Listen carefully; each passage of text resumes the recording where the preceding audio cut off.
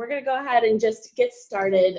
So thank you. Many of you are joining us for the first time. Many of you are joining us for the second or third time. So thank you. We always appreciate you guys taking your time out to meet with us. I want to reintroduce myself. I'm Meredith Richardson. I'm the admissions manager for the program. You've all been in contact with me in one way, shape, or form about the admissions process. So always happy to finally see and interact with the faces. We have a few other people joining us today, so we'll just let them introduce themselves. Hi, I'm Matt Maloney. I'm the program director. Welcome. Hi, I'm Kamlesh Mathur. I'm professor of operations and a co-director of the program. Mm-hmm. And I know we're waiting for more faculty, but hi, Sharon, go ahead. Hi, I'm Sharon Fay, and I am working on the mentorship aspect of the program. Yep. So this webinar is always for you guys, but we thought it might be more strategic to kind of plan these webinars around kind of overarching conversations that we know you guys kind of want to talk about. So we decided today we're going to talk more about the program in and of itself, the details of the courses, programming, the mentorship program, things like that are more the day-to-day aspects that you'll deal with in the program. As I mentioned briefly in my introductory email about today's seminar, is that we also have two more we're going to plan based around the questions you guys have. The next one we will have is going to be in June. That's going to be more of a conversation with Matt. If you haven't before, you'll meet one of our members of our career management office who's going to talk to you about our resume building skills and talk about how to kind of prepare yourself for coming here and kind of get a head start on finding jobs before you even get to the classroom. So that's a great one to get a hold of. Just to add to that, I think your resume is important for us to match you with the right mentor. Mm-hmm. Yeah. So that's more of an immediate kind of thing. Right. And then the final one is going to be in July, and that's going to be more on the life of Cleveland, more of the social aspect of coming here to Weatherhead. So a few of you, if you started in the summer term, you'll already be here, and that's fine.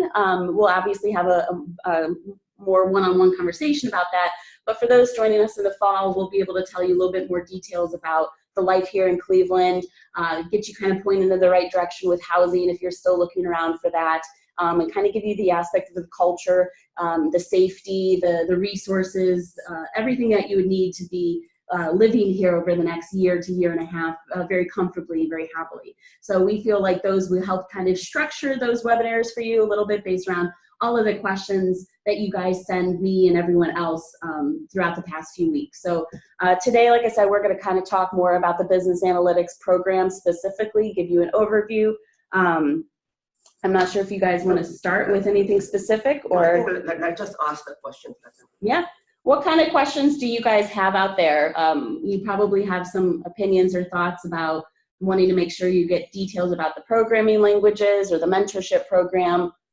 Anybody want to volunteer? And by the way, if you've never joined on a webinar before, just simply wave in the camera, let us know you're interested. We can unmute you and we can hear you through the webinar system. So just let us know if you have a question. Are all their mics off right now? They all should be muted, and I'll unmute them so we can hear one at a time.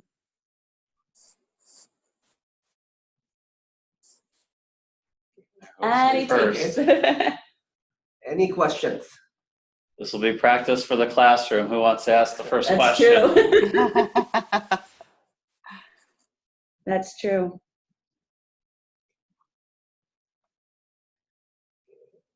Okay. Annie Zhao, hi, how are you? Hi. Go ahead, what's your question? I'm quite interested about the mentorship program, and I got to know that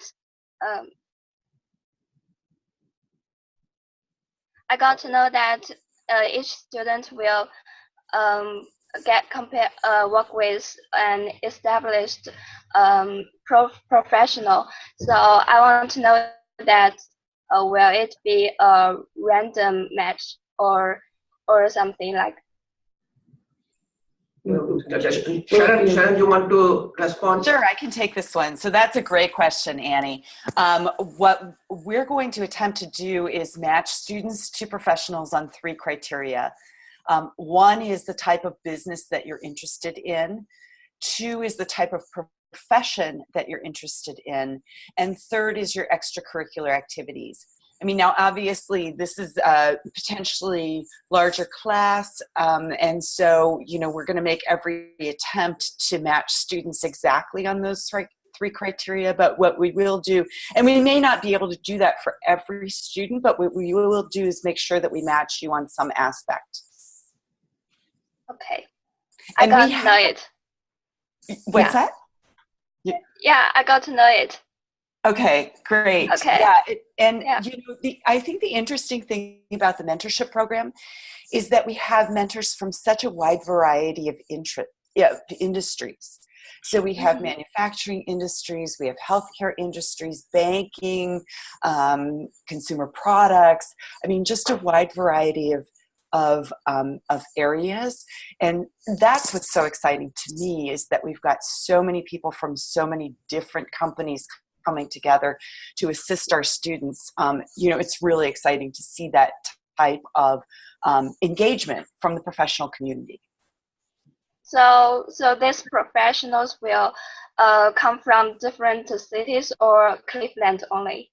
Most of them are going to be from Cleveland and the immediate surrounding area. And the reason for that is because, you know, first of all, we want to bring mentors and students together physically multiple times during each semester.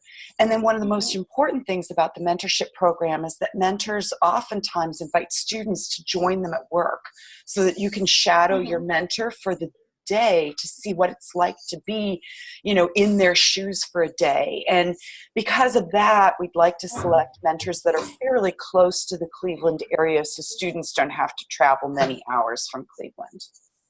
And I believe, Sharon, correct me if I'm wrong, the furthest we're going this year would be Columbus with nationwide insurance. That's correct. And I think that we actually have some recent mentors who are signing up from PNC in Pittsburgh. Great. So both of those are about 2 hours from Cleveland. Thank you. Thank you for your explanation. You're so very welcome. Excellent. Yeah, it is one thing. Okay, see you. Hello, Hi. directors. Can you hear me? Yes. Hello. Okay. So my question is, will we have a one-on-one mentor? I mean, I know that the number of our students is a little larger than before. So will we have a one-on-one mentor? Yeah, that's absolutely the intent. As a matter of fact, my pure focus this summer, one of my primary focuses this summer, is making sure that we recruit mentors so that every single person in the program has an individual mentor. Now, there are many events where mentors will come together, and you'll not only, like, say, for example, this past semester, mentors came into the program to conduct mock interviews with students. And in that case, all of the mentors are participating, and the students go round robin with multiple mentors. And this is really nice because when you're paired with a single mentor, that person might have one particular area of focus. When you get to interact with multiple mentors, they have different areas of focus. And so you'll get not only that one-on-one mentoring from your own individual mentor, but also input from other mentors who are participating in the program. I see. So how do we contact our mentor? We go to the film of our mentors and work with him. Yeah, so there's a couple different ways that mentors and students work together. The first time that you're going to meet your mentor is during the fall semester in September. Your mentors will be coming to CASE to meet with you, and we're going to have a mentor-student icebreaker. So it should be a fun event. The idea is that, you know, we're all people. And so we want to get to know each other, not only at a professional level, but also on a personal level. I think it's very important from a personal perspective. You know, companies want to hire people. They know that you're technically competent. And so, you know, one of the things that we want to do is make sure that the mentors and the students really get to know one another as people. And so the first time we meet one another will be in this icebreaker event where we're going to let our hair down and do some really fun things that expose our inner personalities. And that'll happen in September. So how long will we stay with our mentor? For example, in 1 week, how long will we stay with our mentor? Okay. So the first event is just a couple of hours, but we encourage students and mentors to touch base at least once a month, if not physically in person over the telephone. And so we'll have events in September, October, and November where you'll officially be able to meet with your mentors, but then we would expect you to interact with your mentors outside of those events as well. Now, your mentor will remain your mentor throughout your entire time at Weatherhead School. So your mentors are signed up to really work with you during the fall 2018 and spring 2019, basically until you graduate from the program. That's good. And one more question. It's not about a mentorship program. It's about our length of our program. I know we can choose the length of our terms. For example, 11 terms and 16 terms. So as I know, my program is 16 terms, 16 months. But if I want to change it to the 11-month terms, can I do this? I'm going to turn that question back to Meredith and the people in the room. Yeah, so I would be the one that can answer that. So right now I have to figure out if you even can. Right now, if you're signed up for fall, this is affecting more than just simply coming here earlier or coming here later, because your I-20, especially if it's a brand new one, it has to be determined. And if your I-20 is already in process, it might be too late to switch it to anything earlier, because we prioritize summer start date students over fall start date. So summer start date, from what I understand, are in the process of being completed or already have been completed. So it might be too late to switch you back to an earlier start date in July to take the 11-month track. I do have someone who's asked for that, and I'm going to look into that.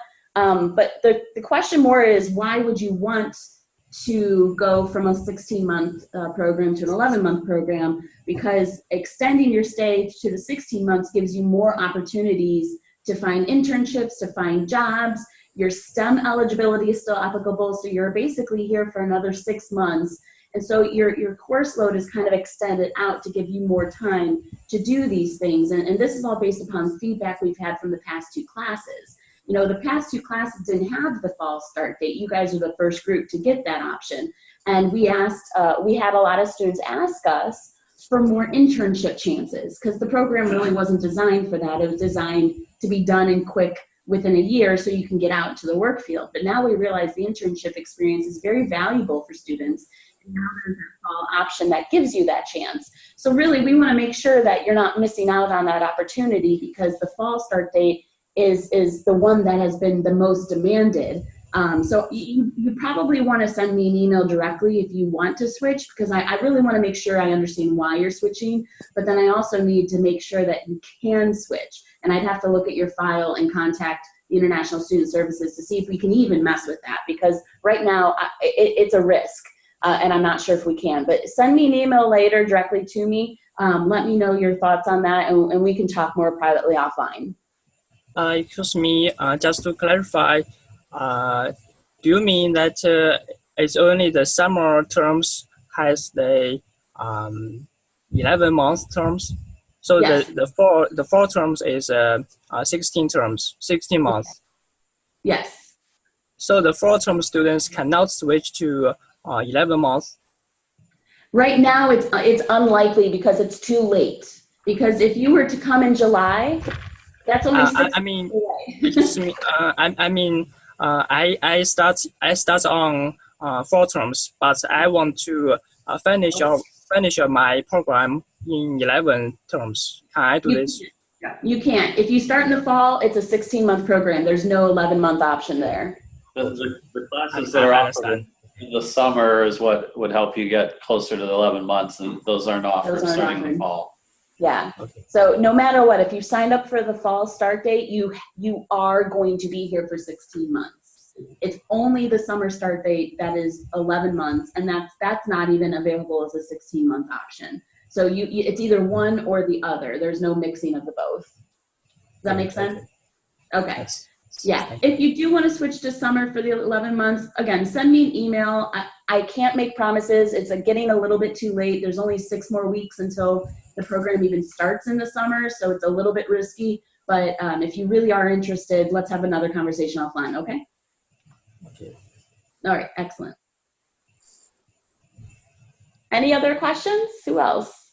Somebody, oh yeah, there's one. Ying? Yeah. I have a question. So, okay, Ming, go ahead. Yes, I was admitted into the fall semester, but there are some difference between the fall semester and the summer semester. I found that the computer simulation, this course is not included in the fall semester. So if I was admitted into the fall semester already, could I just study the computer simulation instead of the operations analytics? Is that possible? No, I think, I'm not sure.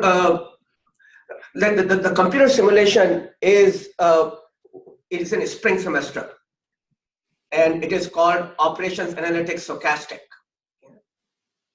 Yeah. So you will still take that class in the spring semester.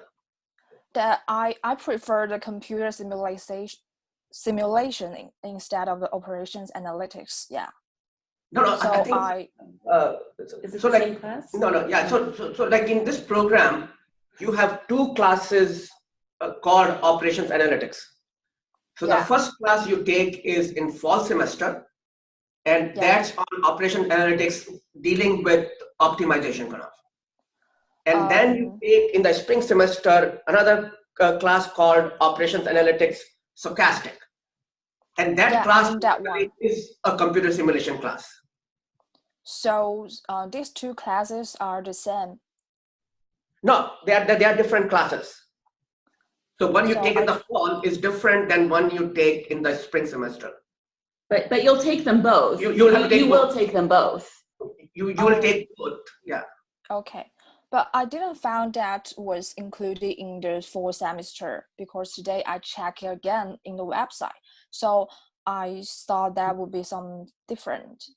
Ming, it could be a clerical error on our part about posting information online. Again, that's just a sample of what your curriculum could look like. So it's possible that an error was made and the proper name of the course wasn't posted. I'll take a look at that and double check, but what Professor Kamlesh says is true. Okay, so I still have another question. I didn't find the selected courses on the website, so I want to take some technical courses like programming language. So is that possible that I can audit in other programs? What programming languages are you looking at? I mean the programming language like R. Yeah, so, okay, so I think, so R is part of the program. So the very first class you will take will include R. So R will be used throughout the program. Yeah. So also like you'll find that, yes, you will have structured courses, but beside the courses, we have a lot of activities outside the classroom. And one activity will be different workshop for different programming needs. So you will have a workshop in Python. You will have a workshop in SQL. So you will get all these tools and you will be working really hard. So you won't have extra time to take other classes. You have that option, but you will find that with the classes you will take and all these workshops and all the other activities we have planned for you guys, you'll be very busy. Okay, thank you. Thank you. Thank you for explanation. Thank you, Ming. And Ying Gao, did you have a question? Yes. I want to know that if it's possible for the students to gain an internship during the summer vacation in the first year or so. Yeah, so if you're signed up for the 16-month program, that's really why we looked at doing it. That's the ideal. So we were looking to give you the block of time without classes to focus on a 40-hour-a-week internship, and that's what we'll work towards, trying to get you towards that internship. If you have not gone to school in the U.S., you need to wait 1 full year, so that aligns with the time frame, or 2 semesters before you can start working. So you're able to work starting in May. So that's why we target it that way. That's why the program's set up that way. If any of you happen to have gone to school in the U.S. Or spent, I believe, 18 months or longer in the U.S., you would then have the ability to do that after the first semester. But you may want to talk about like your role in helping them. So in my role, that's expressly what I'm here for. So I will work with you guys, connecting you with industry. Sharon is going to be taking care of the start where you get your mentors, and quite often the mentors get to know you and they may hire you for internships. A lot of the companies we worked with last year liked it. They've given us feedback. They really liked the mentorship program and signed up to do it in year 2, because that gave them first chance to meet our quality students and pick students. I can tell you that I think Avanindra, who was assigned to Progressive Insurance initially, tagged along with Mikaela, who's another student, to go to Goodyear. And ultimately, he started building a relationship with the man at Goodyear, who then hired him for a summer internship this summer upon graduation. So there's opportunities that way. But my role will be to work with Sharon and Jadip and a lot of our business partners to find out what their needs are. And if we're able to connect you to the right business, the right profession that you're interested in, whether it's an operations focus or a marketing focus on the analytics, we're going to try to get you towards that right career path. And quite often, if we are successful with the mentors, if they have a need, they will connect with you, or you'll have a leg up on others, because the hope is you'll get to meet your folks 2 or 3 times at least during the semester here, but also outside of class, and start to build rapport. I think a lot of what they're looking for is to see communication skills. They're going to understand you're learning the technical skills they want. So building that relationship may help you get an internship. But that's what I'll be here to help guide you with. Like I said, this program I think is unique right now to any others that we have, because we introduce you to industry early on and often, and it gives you multiple opportunities to meet with companies. And that's really the hardest part about finding an internship or job, is getting exposure to the companies and the opportunities. So I think this program does a really good job of doing that. So this might be the highlight, and that the fall program is better than the summer program. No, I'd say they're the same as far as that goes. The main difference of the 11 months that has you graduate in May is you don't have that following summer to intern. The difficulty in year 1 when I worked with the program was a lot of our students, and I'm going to assume most of you are in this boat, have 0 to 3 years of work experience. So gaining that work experience in an internship in the summer will help you. Our first year we had maybe 2 or 3 students graduate and had to use OPT and ended up doing internships because they didn't have any work experience. So based on that feedback, Kamlesh and Jadip were able to change things around and give our students more options. So I would think if you're looking to stay and work in the US long-term, or even short-term, 3 to 5 years, you know, the longer you have before you have to start using your CPT, it's ideal. So we have changed that focus that you can then work in the summer still using, CPT versus OPT, and then you still have that 3-year window of OPT upon graduation. Yeah, okay, I know that. I know that we need to learn some softwares and some programming language in this program. So I want to know, is there any requirements for the our PC, like the operating systems or others? I don't think we have any specific requirements. We support both Mac as well as Windows-based laptop. I think if you're buying a new laptop, I will advise you to buy Windows-based, because many software we use, they work on Mac, or but some of the software have problems. Because the software, most of them are designed for Windows system. So if you already have a laptop, then that's fine. Okay. And because I think we have our system help you use software in different platforms. What is it called? Citrix? I think so. Yeah. So if you already have a laptop, you don't need to buy a new one if you have one. And we don't have any specific requirement that you have to have a particular configuration. So get whatever you can, and if you are picking between the two, both Mac and Windows will have their own pros and cons. But buy anyone you like. So there's no restrictions, or there's no special requirements. If you guys are going to get a new laptop, which again, we stress you do not need to do that if you have a good one already, but if you are going to get a new one, get one with a good battery life. Because you're going to find yourself, I mean, every classroom has outlets, has plugs where you can plug and charge your laptop, but you just want to make sure that if you're in a place where you don't have your charging cable, you can spend a few hours in a class still taking notes and it won't shut down on you. So I would say, if anything, go with the longer battery life. Otherwise, doesn't matter. Okay. The last questions. Is there any suggestions for the students to learn in advance, or some books to read in the summer vacation before the programs begin? So my advice is the same to everybody. Any of our international students, practice English, whether that's listening to music, reading a book in English, speaking to somebody else who converses in English. We are going to do a great job once you're here, getting you the technical skills or enhancing the technical skills.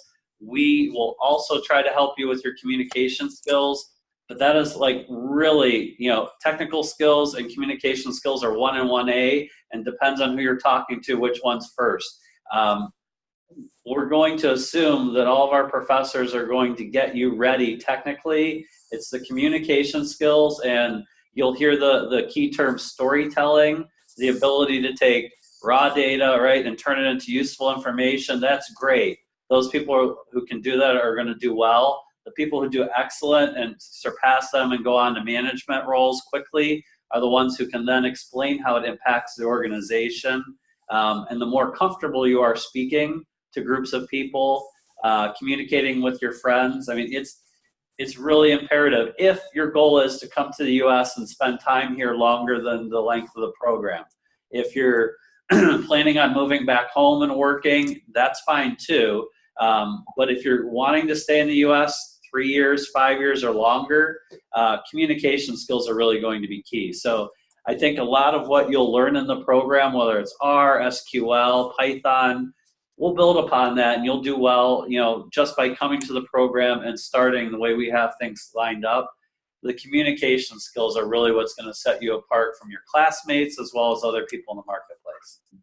And I'm going to throw in 2 more things on top of Matt's comments. One is make sure that you're comfortable asking questions. That's a big thing here in the United States, and it's something that our interviewers from this year commented on heavily with our students. Our students, even if you do all of your research about a particular company or particular individual, what they want to know is that you're interested in them. And so, asking questions is a key part of letting people know that you're very interested in them or their company or what they do. So I would practice asking, getting comfortable asking people questions about themselves, what they do, their careers, the types of tools they use. Just, think whenever you meet a new individual, be sure to ask them questions. And then the second thing I would advise is make sure that you're comfortable providing examples. So if someone asks you a question, the idea is not just to answer yes or no, but then to use your past experience to build a more robust answer for that person, to give them more information about you and what you've done in the past and your background and what you've learned. And so, you know, I would advise, if you're working on communication skills this summer, work on asking questions and providing very robust answers with examples. And I think just to add from an academic side, what you can prepare, even though in the program we don't require that you know a particular programming language. Yeah? As I mentioned, that the program will cover R, the program will cover Python. But what is useful, if you have not taken any programming course before, use summer to pick any programming language. Okay? It doesn't have to be R or Python or a C. Yeah? And just because those of you who don't have any programming kind of experience, to program, you need a different thinking process, yeah? Different way to think. Yeah? So those of you who don't have any programming experience, try to just again, you don't have to be expert in that language, but see how you kind of, how you learn, how you think when you're trying to program something. So pick any language. You'll find online these days, there are lots of kind of good help. There's a website called lynda.com. Linda? Yes, it's Lynda. If you subscribe to that website, there are lots of very nice videos for any programming language you want to learn. Just the basic of the language. You don't have to become an expert. So those of you who don't have any experience, try to do that. The program relies very heavily on your math background. So if you have a time, review your calculus, review your linear algebra. Yeah. Yeah. So again, so those are things you may want to do beside what Matt and Sharon mentioned. Yeah. And I think there's another site called Coursera. Yeah, I think Coursera offers more kind of structured courses, long-term courses. Well, lynda.com is kind of very short videos on particular topics. Yeah. So yes, so there are a lot of different websites where you can kind of get some basic idea about how you program in any language. And if you have that thinking, you'll find learning R, learning Python will be much easier. Mm-hmm. Yeah, can they see this? And I tried to write on the board lynda.com. Yes, I can see it. Thank Excellent. you.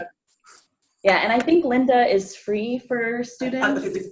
Do they have access to CASE? You know, I believe that if you already have your network ID through CASE, your ABC123 network ID, you should be able to log into lynda.com for free. But before you do that, I think, now that I'm talking out loud, I think you can search Linda on CASE's website. I think if you go through our UTech system, which is like our IT department, I think they offer you access through lynda.com, but you have to go through CASE first, log in with your network ID and password, and then you can get to lynda.com at no cost. You should be able to search Lynda, Lynda, on CASE's website and get to a link that can take you there. So try that first before, don't pay for anything. Yeah. The main page, there may be a link to. There might be one on the main UTech page. Yeah, so look around. You should be able to find it. It's not hidden, but I don't know exactly where it is. Okay. Excellent. Thank you, Ying. All right. Guangzhou, I think you had your hand raised a minute ago. How are you? Yes. I just heard that some students were awarded the Leadership Protection Award. And I'm just wondering that if they were to accept this award, and what they shall do in the next semester during the program. Okay. You know, the faculty director who's in charge of that program isn't here today. So unfortunately, that would be a question for Jagdeep. I can actually take part of this. Okay. Yeah, yeah. So the Leadership Potential Award has been given to those who just, as it states, show leadership potential. And actually what's going to happen is this summer, as we begin planning activities with mentors, planning formal activities, as we move through the semester, we're going to be getting the Leadership Potential Award students together to help in the planning of those activities. So your responsibility will be to provide input, to work with the mentor advisory board that we're putting together on formulating the right mix of activities and the right things that we need to cover for each activity as we move through the semester. So that will be one of your responsibilities. And again, we'll be reaching out this summer to award winners to get those activities started. And I believe that though some of them have been determined already, there are still more awards that will be handed out at a later time. So if you haven't received one right now, that doesn't mean you won't, but be aware that there are certain things that are looked for. So you could be awarded this award at a later time. So like I said, Jagdeep is the professor who's totally in charge of it. He can give you more details, but thank you for Sharon for giving us some insight as to what the responsibilities are. But if you haven't been selected, don't worry. It's you know, there's still more opportunities to come. Excellent. Any other questions?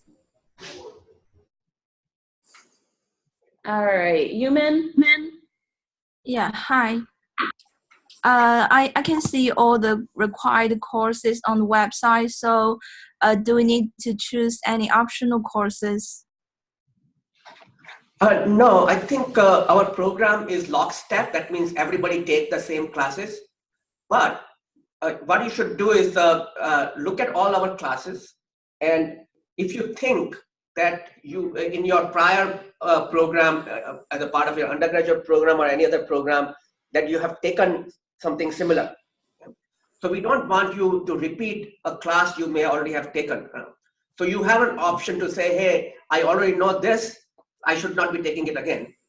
So in that case, if we do that, if we say, okay, what the class you took is same as the class in our program, then you can replace that class with an elective. And then it gives you an option to pick an elective within different area or different school. Anywhere on campus, you can find an appropriate class as a substitute. But if you don't waive anything, then all of you will take exactly same courses. So there are no electives in the program. Okay, so how do we know if we can substitute these courses? I think once you come here, then in the very first week, you have to meet with the appropriate instructor. So if the class you want to waive is my class, you come and talk to me and tell me exactly what kind of class you took. And if I think that what you took is more or less same as what we have in the program, then I can say, okay, you don't have to take this class and you can take something else. Okay. So we will do that once you are here. Okay, and I see that there's no privilege for us to see the syllabus of all the courses. So I want to know, when can we see the syllabus of all the courses? I think we have not, we might kind of, is there a website for all the admitted students? There's some information on the website about the courses. But but I'm thinking, like, if we can collect all our syllabi and post them. They would be on the actual curriculum website. There's no orientation website? There is, but that's not where we would post stuff like that. The syllabus get added to each of the curriculum pages. No. Description. On the website, we just generally add just a short description, not the whole syllabi. Right, and on other programs that you can add the syllabi onto that page. Yeah. But we haven't done that for this program. We could put them in a PDF. Yeah, we can put them on a PDF and send it out. Okay, but what we might do is we'll try to collect all the syllabi, at least for fall semester courses, and we will email those to you guys. Okay, thank you so much. So maybe in the next week or so, so we'll send you something, so which will give you details of all at least the fall courses, if not all. And the last question is there a school calendar so that we can know when the first semester ends? There is online. You can search the calendar online. Just search academic calendar on case.edu. No, so I think the case calendar is different than Weatherhead calendar. Yeah. It is, but if you're looking for if you're looking for the start date of the term, the end date of the term, when finals are scheduled, when holidays are, things like that, that's on our academic calendar. You can go to case.edu's website and search academic calendar and find that way. But that is different than the Weatherhead calendar. Now, the academic calendar gives you all of the important dates of when schools open, when schools close, things like that. But there is an additional calendar on Weatherhead's website that gives you more details about day-to-day activities, events that are being planned throughout the year from all Weatherhead. So not just business analytics, but you can see things that are happening with executive education and things like that. What I want to add is not those events, even the Weatherhead calendar for exam week is different than the case calendar. So case calendar is more for undergraduates.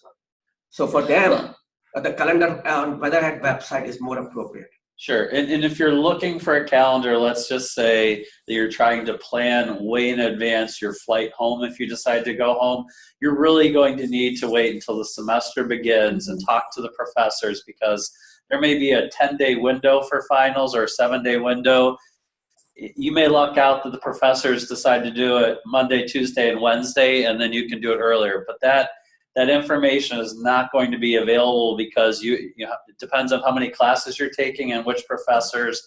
Once they provide that information, you'll be able to. I don't want you booking a ticket, but you assume the last day of classes are. I mean, I get this question all the time. That's why I brought it up. You'll need to talk to the individual professors, and they won't have that answer week 1 of class, okay? They will provide it as soon as they can because they understand year after year. Case being an international school, we have a lot of students who would like to plan travel. You'll need to wait a little bit to make sure you can do that, but you'll still have enough advance notice that you're not paying too terribly much if that's what you're looking to. Yeah, I think generally in the very first week, the instructor will let you know when the final exams are. Mm-hmm. They'll give you an idea of, at the very least, of what the weeks will look planned out. Excellent. Okay, thank you so much. Yep, you're welcome. Any other questions, anybody? All right, Miejing? This program focuses more on operation and marketing. According to my past experience and my background, if I want to work in finance field after graduation, is there any mentor work in this field? And yeah. Yeah, we do have mentors that are being recruited from finance areas within businesses as well as from banking institutions that are handling finance. So KeyBank and PNC are participants in the mentorship program. So you will get mentors that have financial backgrounds. So the mentor are matched. By you. Okay. Do we have the choice to choose our mentor? Well, it's kind of difficult because, look at if 40 people want the same mentor, everybody can't have that. So I'm hesitant to say that everybody's going to get exactly the mentor that they want.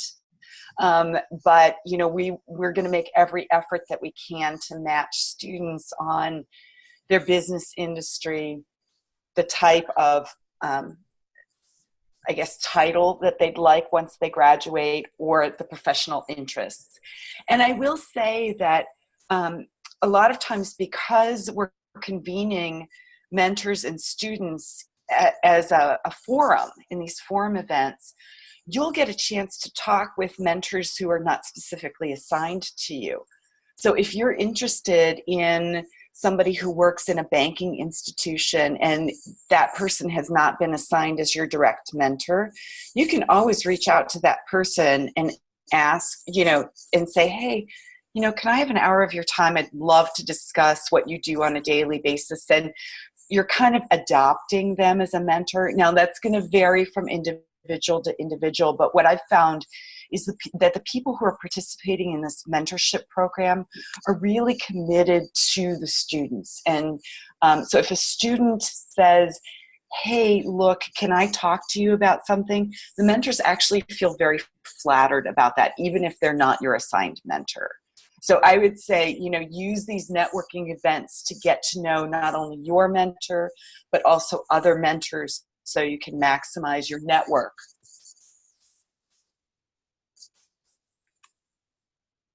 You do not get that from your specific mentor. We are now going to have 2 different classes who have graduated before you. There are people who have gone into the financial industries. I know there's somebody that comes to mind who's working for Discover Card. We can connect you via email, through LinkedIn as well. What we really try to do is make sure you guys have a good idea about different industries and career paths. So we can do that informally, like I said, through email and through LinkedIn to get you in touch with an alum who's come before you. And to be honest with you, we had, I also work in a different program, the Operations Research and Supply Chain program. And we had a graduate come in to speak to our students last month, I think, or about 5 weeks ago now. He's in charge of marketing analytics for JP Morgan Chase. So didn't happen to go through this program, but he's a friend of Weatherhead, and we could connect you with somebody like that. So that'll come out through our individual meetings. When we talk, Sharon will start, Jadip will start to try to get that perfect mentor for you. And if we don't have enough of one industry through our one-on-one talks, I'll be able to try to connect you with some other people to help answer your questions. Excellent, thank you. Anybody else have any other questions? We still have about 10 minutes, 12 minutes or so.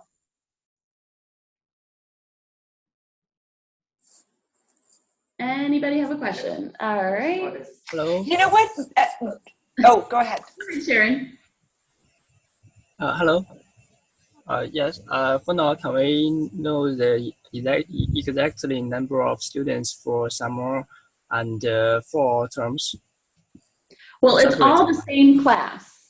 So it's not 2 separate classes. One just starts a little bit earlier than the other. So the majority of the students are starting in the fall. So there's a smaller group starting in the summer, but the whole class, both terms are come together for the majority of the program, and that's just one class. We're still not at a final number, but it is going to definitely be larger.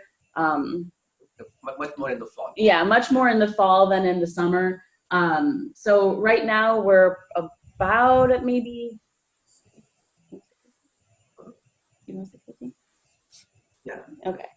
Yeah, so about maybe 50 or so students, give or take, depending upon, we have a few people who aren't here today and are still making decisions. We get last admits from the rolling round. So it just depends on who all joins, but we're thinking it's going to end up being about 50 students or so. And I'm a little interested in other resources in our department. For example, I'm a little interested in innovation and entrepreneurship. So can I have such resources in our university? Sure, yes. So we have ThinkBox, which you may or may not have a chance to go to the first semester, but I think we held an event there last year, Sharon, didn't we? And that's what ThinkBox is. I mean, it's entrepreneurship, it's creativity, it's open to the public. So I would suggest, just to go online and search for ThinkBox, one word, Case Western, and take a look at that. That's really what that's all about. We do have resources here at Weatherhead who focus more on that. Certain professors outside of our program that have been, really willing to meet with students and talk to them about entrepreneurship. So that's not the focus of this program, but if you have those interests, we can definitely connect you with resources here in the building and throughout campus. Yeah, ThinkBox is probably one of my favorite places. So if you guys are innovative, entrepreneurial, design people oriented, that is the coolest place that you will ever see. And when we have it right here on campus, free for anybody to use. So it's definitely a great resource. And about our contents of the courses. I know we will learn some algorithms, and so I'm interested in if we will learn machine learning algorithms. It's kind of popular. Yeah, I think so. We don't have a course called machine learning, but you'll find in all the different courses, you will kind of use or learn certain machine learning tools. So we don't have a full course in machine learning, but our many of our courses do use machine learning tools. So you will And have. as a matter of fact, to build off of that, there was just one of our mentors came into two of our classes, brought one of their very large data sets with them, and worked with the students on a machine learning algorithm called XGBoost, which processes decision trees based on various criteria within the data. And so, that's something else that we're trying to do is as, these new algorithms are coming up, we're trying to, reach out and incorporate those new algorithms into the classroom. And I think that just to follow up to Sharon's comment, I think in the same class, so the company who brought the data at the company, they use machine learning language. And then Jagdeep's class used statistical tools for the same thing. And they compare how the standard statistical tools works for that data set compared to a machine learning method. So you will have some exposure to machine learning, not as a full course, but in different courses. Excellent. Okay, so we have a few more minutes. I saw someone else had their hand raised a minute ago. Zikian, did you have a question? Right, me? Yes. Yeah, I have a specific question about curriculum. I have seen the new curriculum schedule, but I think it is a little bit different from the individual arrangements on the website. For example, the data mining and visualization and marketing models in digital analytics. I think these two classes will be taken in the full semester, which we are supposed to learn in year 2. So I'm worried that maybe it will be a little bit difficult for us without the basic lessons. So I want to know, are there any changes about the schedule? I think maybe we have to check. So I think the sequence of courses will depend on whether you're starting in the summer or starting in the fall. So those two courses you mentioned, people who start in the summer will take those two classes in the fall semester. I checked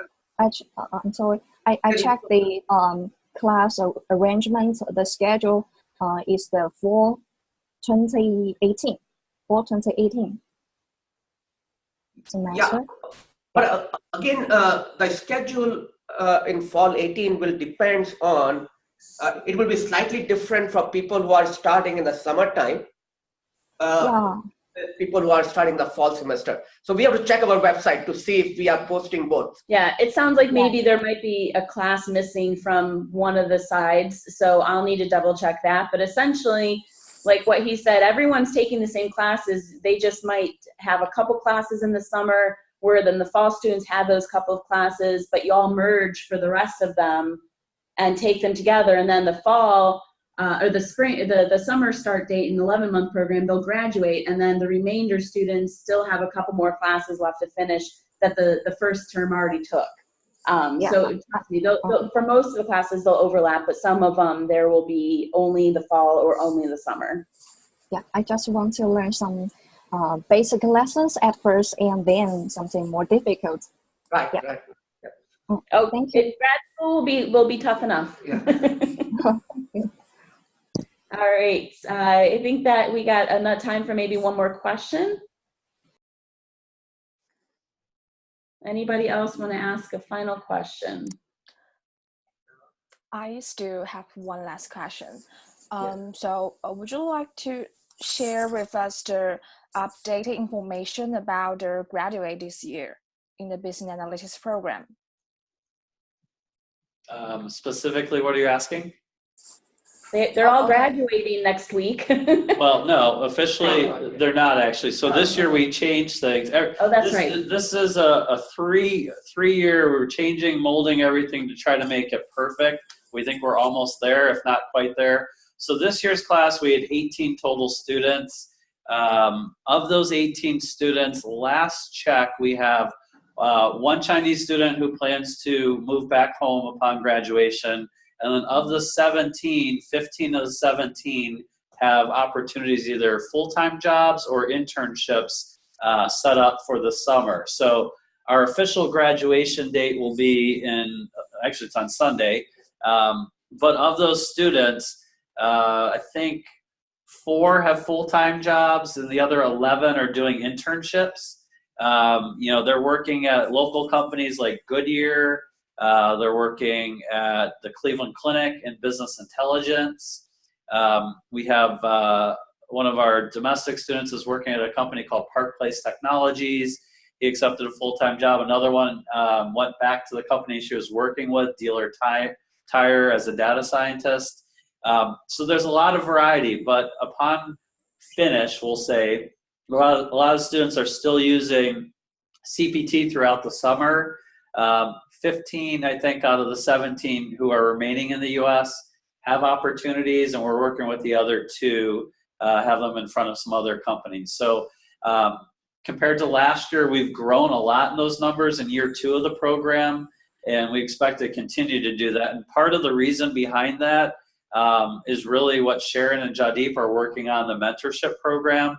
It's our hope that that'll continue to grow. We have a lot of new partners who are involved, and even some of the companies we worked with last year have committed more people to help. So we think that's really a driver in some of the success the students are having. But yeah, we can't say graduation because we added time to a lot of people to use their CPT, and their official graduation date, will be in August. Yeah, that's technically. But of the students who graduated officially, I want to say 4 out of 6 have full-time opportunities. One of them's moving home to China to work. So we're doing pretty well this year. Very high numbers. Okay, thank you. Sure. Excellent. All right, guys. Well, thank you so much for joining us. We are happy that you guys took the time to meet with us again, talk a little bit more about the program. Like I said before, we'll have a couple more webinars coming up, and then over the next 2 months that we'll talk about different topics to get you guys a little bit more comfortable coming here. If you have any other questions, whether it's for myself, for Matt, Kamlesh, or even Sharon, feel free to send them to me, and I will pass them on to the appropriate person so you can have another conversation that way. We're always happy to help answer your questions. Don't ever stop asking just because the webinar is over. So thank you guys so much, and have a good rest of your night. We'll see you guys very soon. Bye. Thank you, Sharon. Bye-bye, everybody.